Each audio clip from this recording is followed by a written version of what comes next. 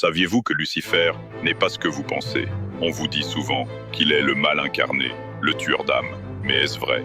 La Bible ne le décrit pas ainsi. En réalité, il est mentionné très peu dans les Écritures. Dans Ésaïe, on parle d'Hélel, porteur de lumière, un être tombé dans la séparation, mais sans jamais ôter une seule vie. Regardez le livre de Job. Satan se présente devant Dieu, il éprouve la foi de Job, mais jamais il ne prend sa vie. Dieu lui-même dit: tu peux le mettre à l'épreuve, mais préserve sa vie. Fascinant, non, dans l'Exode, c'est Dieu qui envoie les anges pour frapper les premiers-nés, ce n'est pas Lucifer.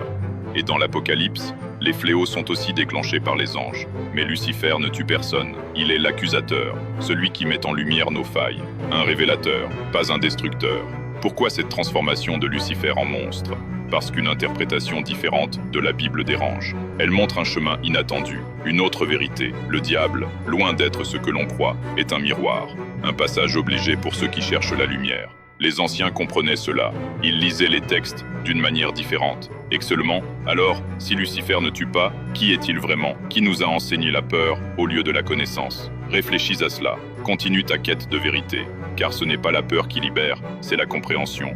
Chaque conscience éveillée en éveille une autre. Si ce message résonne en toi, partage-le. Bienvenue dans l'univers de Sid.